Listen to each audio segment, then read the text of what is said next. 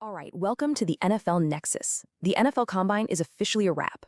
And you know what that means? We are diving deep, and I mean deep, into the defensive front seven, all through the eyes of the Denver Broncos. We're going to talk about who helped their stock, who might have hurt it, and who should be popping up on Denver's radar. But before we get into all that, if this is the kind of detail you live for, do me a favor, hit that subscribe button, like this video, and for sure, let me know what you think about these prospects down in the comments. And hey, just a real quick thing here. We can only do these super detailed breakdowns because of support from you guys. So if you're looking for a great way to unwind after all this draft talk, or maybe just something fun for the kids or grandkids, you've got to check out our coloring books. Seriously, they're for all ages. You can grab them using the link down in the description or just scan the QR code right here on the screen. It means the world to us, and it's what keeps this whole operation going. So thank you.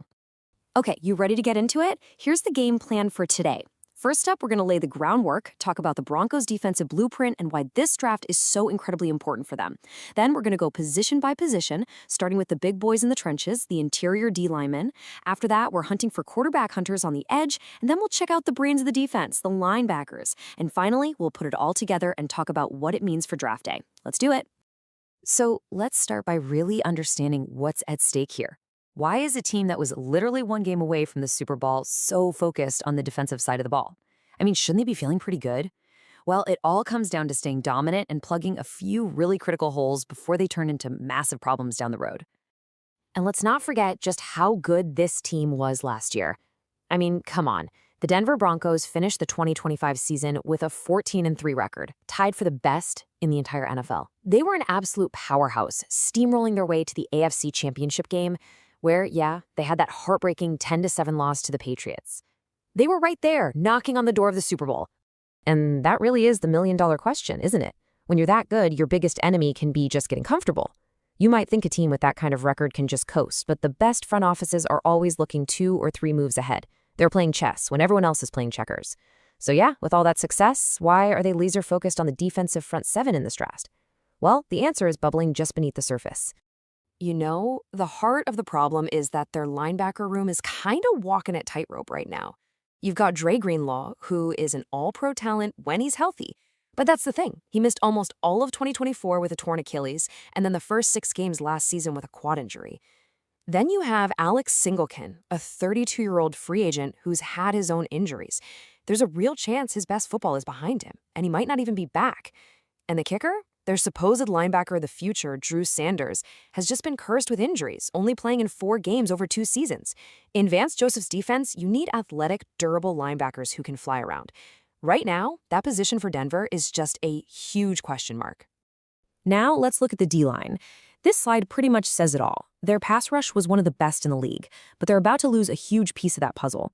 John Franklin Myers is an unrestricted free agent, and after racking up 7.5 sacks and just being a beast against the run, he's about to get paid. And it's probably going to be a contract that Denver can't or won't match. And he's not just a pass rusher, you know? He's a versatile chess piece you can move all over the line. Losing him leaves a massive hole in that starting lineup, which brings us to the guys they're scouting to fill these spots. Okay, so let's get down to it. Our first position group, let's see who made some money for themselves in Indianapolis. We're starting right in the trenches with the interior defensive linemen. This is where the dirty work happens. And believe me, the Broncos need bodies here, especially if Franklin Myers is gone. So for each of these groups, we're going to break it down into the 3 key parts of the combine. First up, you've got the measurements, the old tale of the tape. You just can't teach size.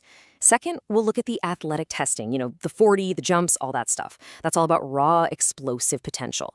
And third, and maybe most important, the on-field drills, where we see if all that athleticism actually looks like football. Right off the bat, some guys just win the eyeball test. Floria's Caleb Banks, my goodness, what a massive human. He measured in at 6'6", 327 pounds, with these giant 11-inch hands and monster 35-inch arms. That's an NFL body on day 1. That kind of length is just a game changer for controlling blockers. And then you have Darrell Jackson Jr. from Florida State. What's interesting is he's described as a lean 315, which tells you he carries that weight incredibly well. He also had huge hands and arms just shy of 35 inches. That lean build suggests he's got the gas in the tank to be a 3-down player. These are the guys who walk in a room and you just know, that's a football player. But on the other hand, that measuring tape can be pretty cruel. For guys like Dante Corleone from Cincy and Tim Keenan from Alabama, their measurements probably just pigeonholed them for the next level. Corleone came in heavy at 340, but he's under 6'1" with arms shorter than 32 inches. Keenan has that same kind of short, squat build. For NFL scouts, those numbers just scream that they lack the length to get off blocks and create a pass rush. It probably limits them to a really specific and honestly less valuable role. So what is that role? Well, when scouts see those short-armed measurements, they immediately typecast a guy as a 0/1 technique. That means he's built to play head up on the center, the 0 technique, or on his shoulder, the 1 technique. Your whole job is to be a human roadblock. You eat up blockers, anchor against double teams, and just clog the middle on run plays. It's a really important job, but in today's pass-happy NFL, teams just aren't willing to spend a high draft pick on a guy who might only play on first and second down. But then you get to the athletic testing, and some guys just blow the doors off the place. Penn State Zane Durant was a complete freak show. He was off the charts everywhere, including the fastest 40 and 10-yard split for the whole group. But Grayson Halton from Oklahoma might have had the single most impressive number, a 36.5-inch vertical. Now stop and think about that. For a man his size, that number is pure lower body explosion. It's the kind of power that leads to a nasty bull rush or lets you just swat down passes at the line. And don't forget Caleb Proctor from southeastern Louisiana, who was right there with the top guys. That's a level of explosiveness that is just flat out rare. But see, being a great athlete isn't the same as being a great football player. And this is where the on-field drills can really separate guys. This quote about DeMonte Capehart from Clemson, it's just brutal. It says things unraveled as he lost body control. What does that mean? It means he's playing too high, he's stumbling when he tries to change direction, he can't control his own momentum. That is a massive red flag. It tells scouts that while he might be athletic, the technique and the balance just aren't there yet. It's one thing to run fast in a straight line, it's a whole other thing to do it with control in the chaos of the trenches. All right, let's shift gears and talk about the most glamorous guys on the D-line, the edge rushers, the quarterback hunters. And for this group, there's one specific measurement that can cause more arguments and flat-out panic in a draft room than pretty much anything else. It all comes down to arm length. For an edge rusher, it is everything. It's how you keep those giant offensive tackles off your chest. And there is a historical red line at 31 inches. The data is just shocking. For the last 20 years, not one single edge rusher with arms shorter than 31 inches has been drafted in the top 100 picks. Then Reuben Bain Jr. from Miami comes along. He's a projected top 15 pick, an absolute monster on tape who just terrorizes quarterbacks. But his arms measure under that 31-inch mark. This is totally unprecedented. It's the kind of thing that makes an entire draft room go silent and ask, is this the guy? Is his talent so special that he's the one who finally breaks a 2-decade-long rule? And this is a perfect example of why the whole combine matters, not just one part. Take Nigel Kelly from UCF. He's the polar opposite of Bain. He shows up and has the longest arms of the day, over 35 inches. That's a dream number. You could almost feel his draft stock soaring. But then the on-field drills started, and it was a totally different story. He looked stiff, struggled to change direction, and just looked clunky in the pass rush drills. So now you've got this huge draft dilemma. Do you bet on the unteachable trait, that incredible length, and just hope you can coach up the rest? It's a tough call. So when a player doesn't have that bend or fluidity to win on the outside, what do scouts do? They start thinking about a position change. Take Keldrick Falk from Auburn. The report said he looked too tight to work the edge. In plain English, that means he doesn't have the flexibility to dip his shoulder and get around a 330-pound tackle. So he gets projected as a 4-eye or a 5 technique. They want to move him inside to play over the tackle, a role that just so happens to fit perfectly in Denver's 3-4 scheme. In that spot, his power becomes way more important than his bend, and he can become a dominant run stopper who can still collapse the pocket. Okay, now we're moving on to arguably the Broncos' single biggest position of need, linebacker.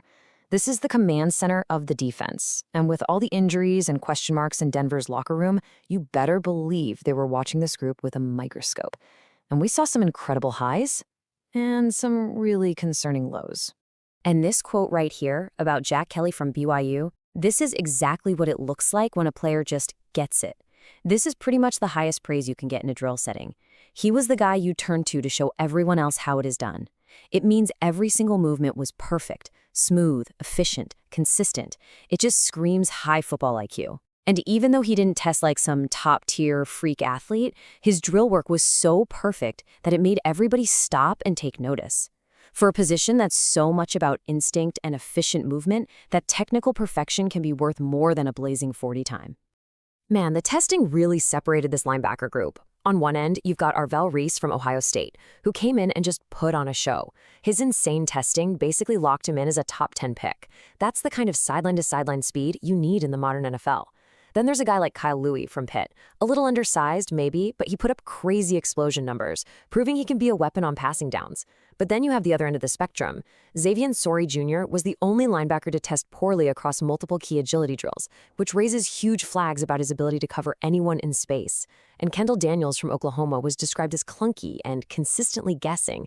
That word guessing, that is a death sentence for a linebacker. It means you aren't processing the game fast enough. That's a fatal flaw. Okay, so after all the measurements, all the 40 times, all the drill reports, what does it all mean for the Denver Broncos? It's time to connect the dots. Let's see how these performances could really shake up their draft board as they try to fix that front seven. So here it is, the big picture. Who made themselves some money and who has some explaining to do?